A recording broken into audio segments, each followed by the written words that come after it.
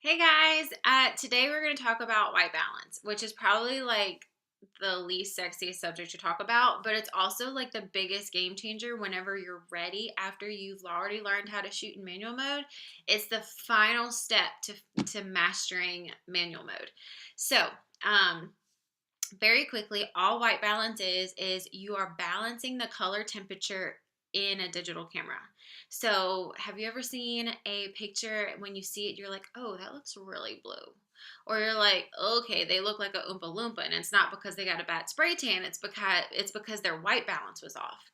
So, what you ultimately want your white balance to be is that your white looks its purest white. It doesn't look too blue, it doesn't look too orange. It is its purest white, and their skin tones look normal. Okay, so no Smurf, no Oompa Loompa. Their skin tone looks normal and what it's supposed to look like in real life. You can also look at the whites. So like if they're wearing a wedding dress or a white t-shirt, you can really see your white balance there because it's really going to show if it's a little blue or if it's a little orange. You don't want either one. You want like the Goldilocks. You want it to be just right. You want your white balance to be perfect, and that's going to transform your images. It's like the biggest game changing element to photography that will totally change how your images look. So, what you can do if you're first starting out and you just learned manual mode is go to your white balance, which some cameras don't offer this function. So, if you can't find it in your camera, Google it to see if your camera has the white balance function. If it doesn't, it's probably just going to be an auto, like it's probably just set to auto. But if it does, then that's awesome. Your photography is about to change. Okay, so if you're first starting out and you're just now trying to figure out aperture, ISO, shutter speed, and getting it metering to zero and a proper exposure, if you're just starting out, my suggestion to you is to go to white balance and make sure it's an auto. Just let the camera do that little part for you because it's going to help you master manual mode first. Okay, but if you've mastered manual mode, aperture, ISO, and shutter speed, and you're getting correct exposure in camera, then I suggest that the last step you do is to manually adjust your white balance in camera. And the way you do that is you go to your white balance. It could be, mine is on my camera, the little WB button. Mine is on my camera, but if you have a different version, you might have to actually go into settings and find white balance. But if you can do this, then go to white balance, take it off of auto, and put it onto Kelvin. Now, this is how you're going to change your photography game. Okay, so don't stop the video. I know this is not a very sexy topic, but just listen. Whenever you can manually adjust your white balance in camera, you can control what your images ultimately look like, which is why you learned manual mode in the first place, right? Okay, so go to white balance, put it on Kelvin. Now, you're going to see crazy numbers. It's going to range from 2,000 to like 10,000, okay? Now, this is a scale, and it's measuring the color temperature, okay?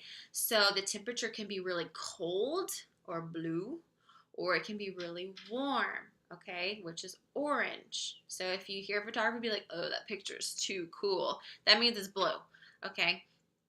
So you don't want either one. Both are bad. You want the Goldilocks. You want the white balance to be just right. So whenever the white balance is around 2,000, if you go to your manual settings, put the white balance around like 2,400, click the picture, you're going to look at it, your picture's going to be blue. Like do it right now. Like find something in the room, adjust your manual settings, take correct exposure, then go to white balance, put it on Kelvin, and then put it as low as it can go and take the picture and see what happens. Your picture's going to be blue. Okay, now do the complete opposite. Get your manual settings together, then go to your white balance and put it all the way up to 10,000. Take the picture. Your picture's going to be orange. So the 10,000, the higher the color temperature is on your Kelvin scale, the warmer your picture's going to be.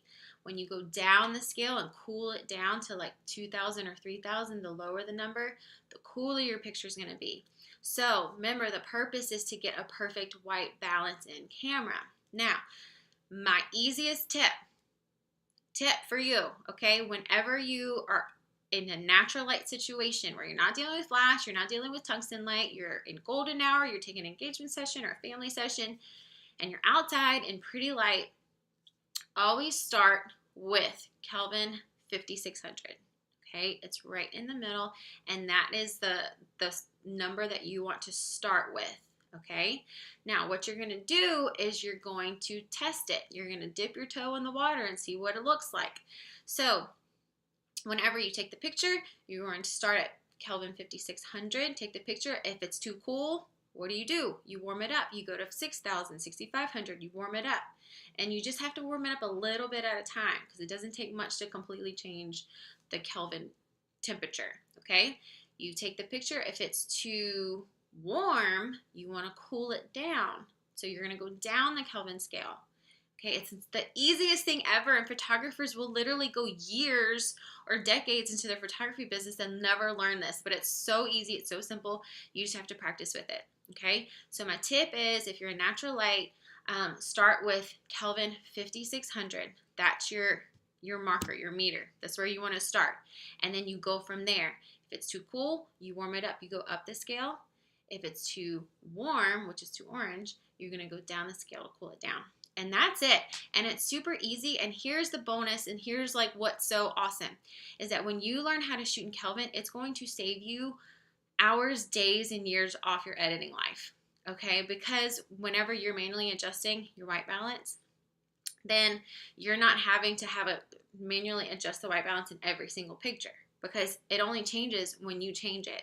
So when you're on session and you notice the sun's getting lower, the light's changing, or you go into a different location, you might have to change your white balance maybe like 2 or 3 times in a session, and that's it.